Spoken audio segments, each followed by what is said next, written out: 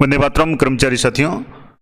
जैसे कि आपको पता है, प्रत्येक राज्य कर्मचारी को हाउस रेंट अलाउंस यानी जो मकान किराया पता है वो दे होता है। और इसके लिए जो पहले रूल्स बने हुए हैं वो है हाउस रेंट अलाउंस रूल्स 1989 यानी 1989 के हाउस रेंट रूल्स है। अब इसमें कल एक महत्वपूर्ण अपडेट आया था 12 सितंबर 2024 government of Rajasthan finance department की तरफ से, जिसमें कुछ चेंज किया गया है।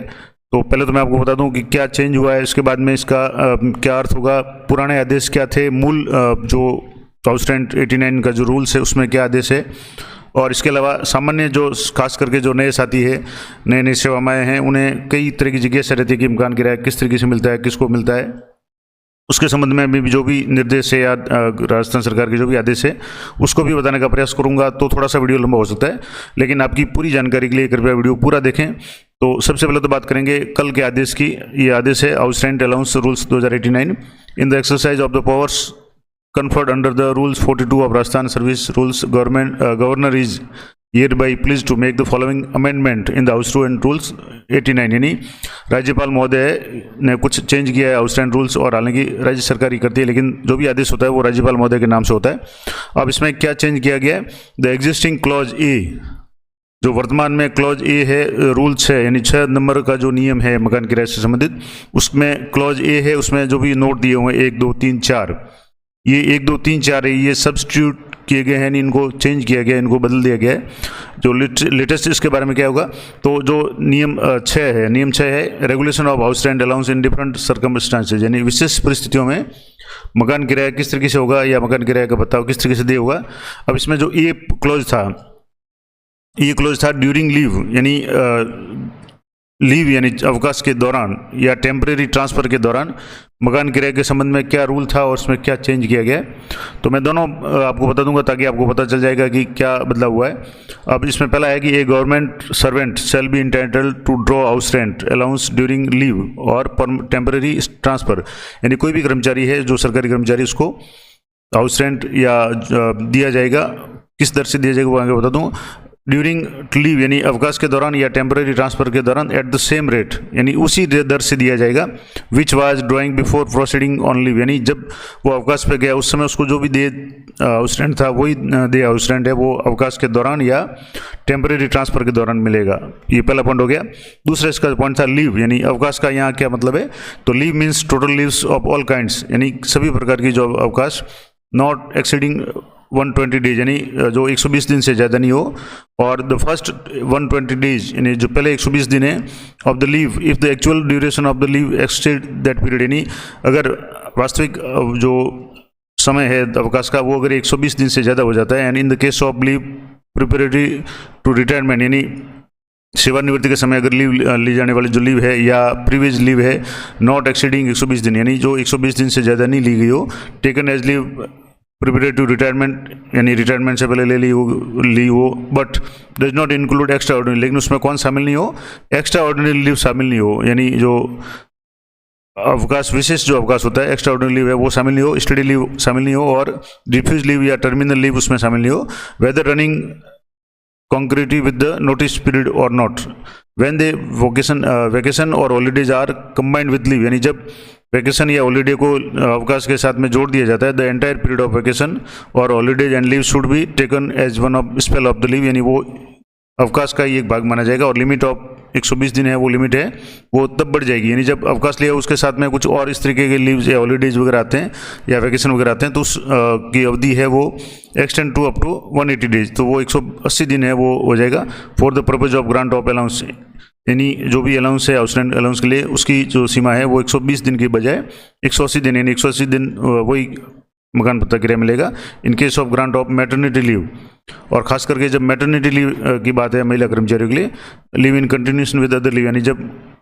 मातृत्व अवकाश है वो अन्य अवकाश के साथ मिली जाता है तो इसकी अवधि है वो 120 दिन हो जाएगी। इसके अलावा द लिमिट ऑफ 120 डेज, यानी 120 दिन की लिमिट और 180 दिन की लिमिट है वो refer two clause second shall be, यानी जो दूसरा भाग था इसमें लीव में था एक्सटेंडेड टू, यानी वो बढ़ जाएगी, कितनी बढ़ जाएगी 240 दिन, for the purpose of grant of the allowances in the case of government servant suffering from, यानी कुछ विशेष परिस्थिति हो तो वो अवकाश 120 या 180 दिन से बढ़ करके 240 दिन हो जाएगा। कब हो जाएगा? यदि गवर्नमेंट सर्वेंट सफरिंग फ्रॉम यानी वो अगर पीड़ित है किससे? टीबी से, कैंसर से, लेप्रोसी यानी कुष्ठ रोग से, या किसी मेंटल डिजीज से, मानसिक व्याधि से अगर पीड़ित है, during the period of his leave taken on the medical certificate from, यानी जब उसने मेडिकल सर्टिफिकेट पहले से लिया हुआ हो, और किससे लिया हुआ हो? या तो जूनियर स्पेशलिस्ट, सीनियर स्पेशलिस्ट, या an officer of the Rajasthan medical council यानी कॉलेजिएट ब्लान मेडिकल कॉलेज के किसी डॉक्टर से अगर उसने सर्टिफिकेट लिया गया हो, और स्पेशलिटी इन द डिजीज यानी जो इस विशेषज्ञ हो इस बीमारी का, इरेस्पेक्टिव ऑफ द फैक्ट यानी इस बात को नकारे हुए, यानी इसके अलावा यानी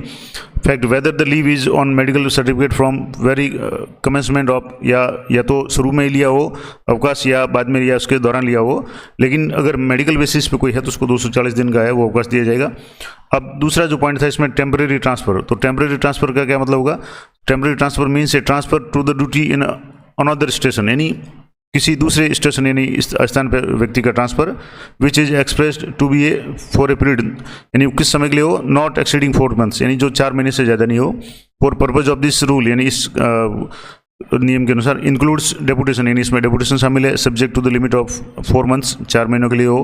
total house rent allowance if the temporary duty is substituted extended beyond 4 months, यानी अगर 4 महीने से ज़्यादा अगर ड्यूटी हो जाती है, in all will remain intact up to the date of order of extension, यानी जब तक आदेश बढ़ाया जाएगा उसी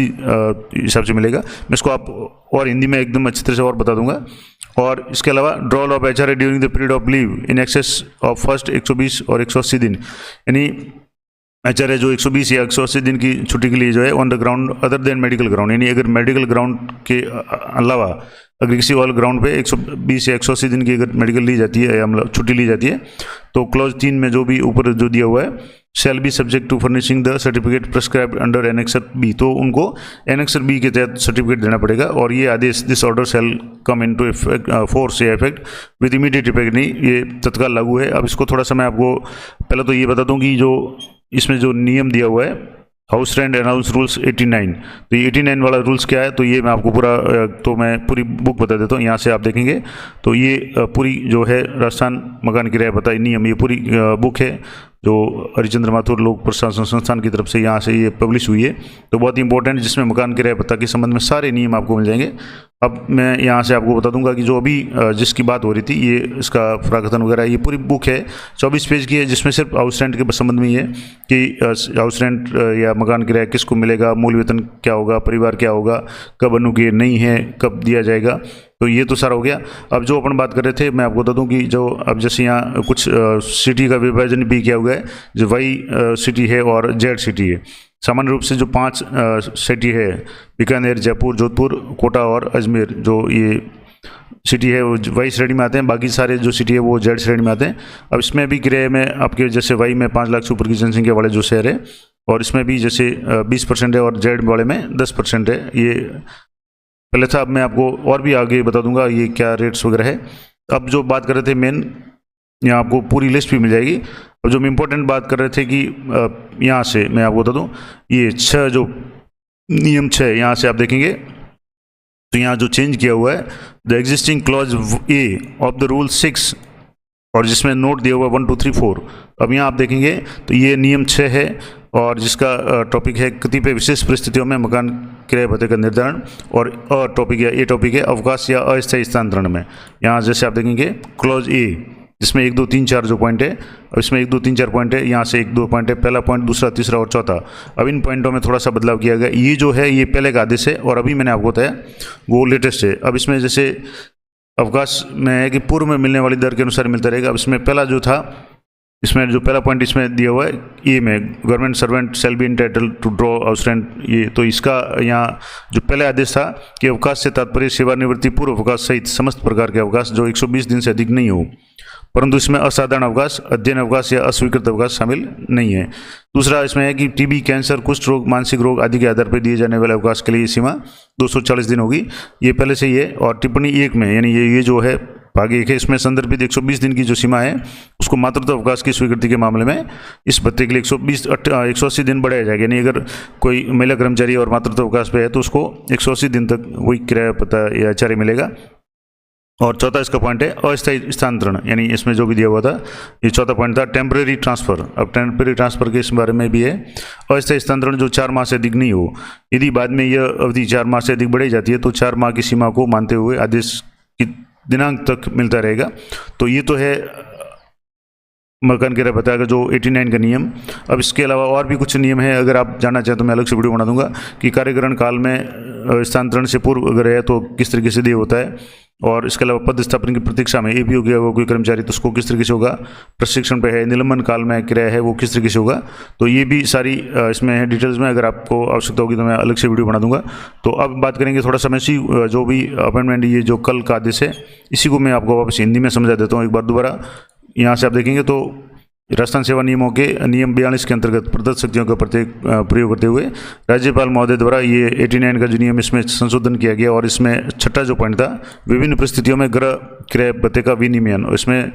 छुट्टी या अस्थायी स्थानांतरण के दौरान, तो यदि कोई सरकारी कर्मचारी छुट्टी या अस्थायी स्थानांतरण के दौरान उसी दर पर गृह किराया भत्ता प्राप्त करने का हकदार होगा जिस दर पर वह छुट्टी जाने से पहले प्राप्त करा था। तो सीधी सी बात है, ये पॉइंट आपके क्लियर हो गया। दूसरा है छुट्टी यानी अवकाश, लीव है तो लीव से तात्पर्य है सभी प्रकार की छुट्टियां जो 120 दिन से अधिक नहीं हो, और छुट्टी के प्रथम 120 दिन यदि छुट्टी की वार्षिक अवधि उस अवधि से अधिक है, और सेवानिवृत्ति की तैयारी के अवकाश में यानी जो रिटायरमेंट के समय लीव ली जाती है मामले में, और 120 दिन से अधिक नहीं हो विशेषाधिकार छुट्टी,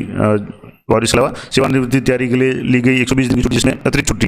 या अधीन अवकाश, स्टडी लीव या अस्वीकृत छुट्टी, अंतिम छुट्टी शामिल नहीं है, चाहे वो नोटिस के साथ चल रही हो या नहीं। और जब छुट्टी या अवकाश को छुट्टी के साथ जोड़ा जाता है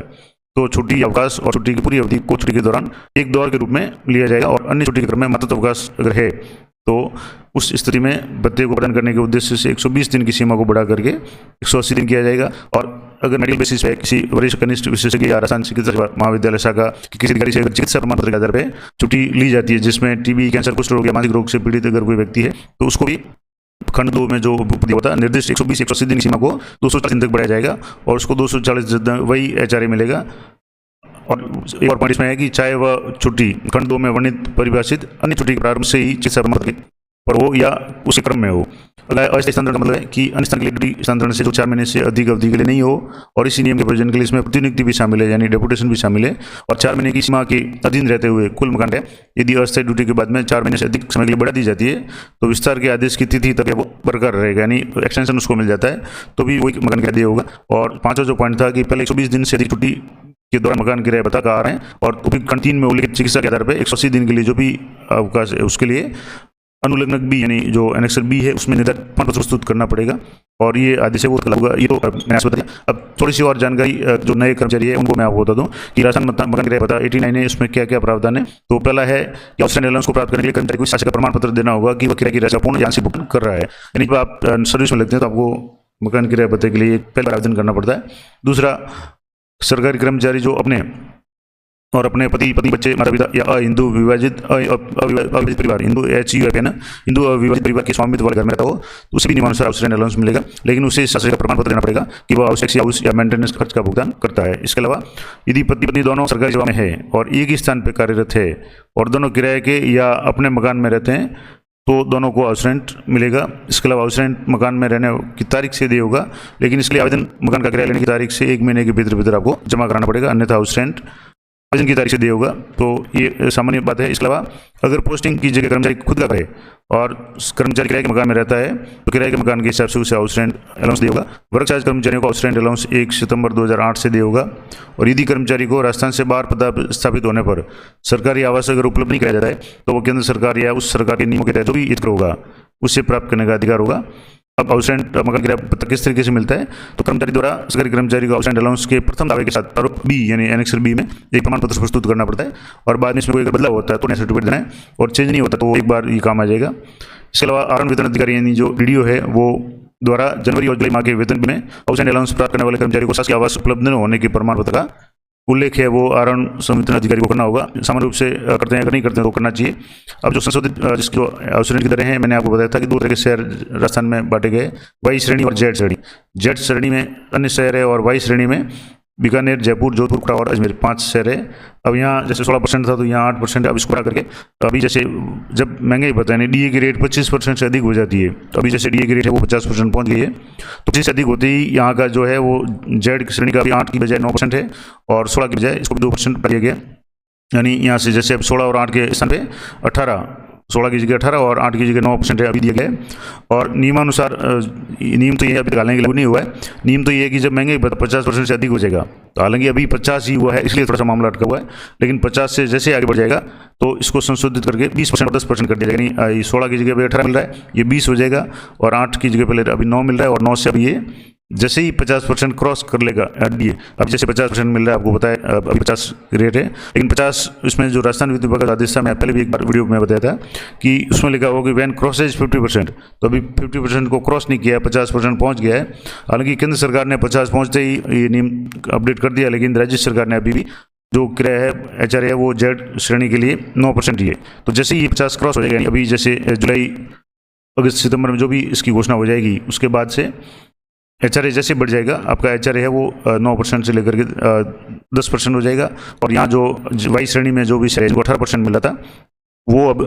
20% हो जाएगा। बाकी ये पुराने जो भी आदेश है ये अलग है। अब इसमें जैसे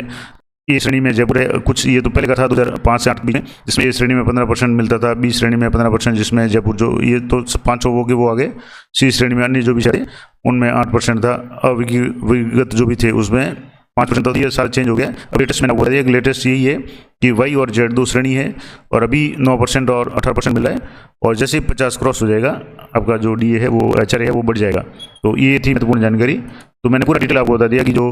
हाउस रेंट अलाउंस रूल्स है उसमें क्या चेंज हुआ है, पुराना रूल्स क्या था। पूरी बुक आप अगर चाहें तो मैं आपको टेलीग्राम दूंगा, अगर आप कमेंट करें तो, और जितने भी इससे संबंधित ऑप्शन से संबंधित सारे जो भी आपके डाउट है वो सारे क्लियर हो जाएंगे। तो ये बुक एक बार जरूर पढ़ें। तो ये थी पूर्ण हाउस रेंट के संबंध में, आशा करता हूँ आपकी उपयोगी रहेगी। तो इस तरह की जानकारी के लिए चैनल पर बने रहें। मिलते हैं नेक्स्ट वीडियो में। तब तक जय हिंद, जय भारत।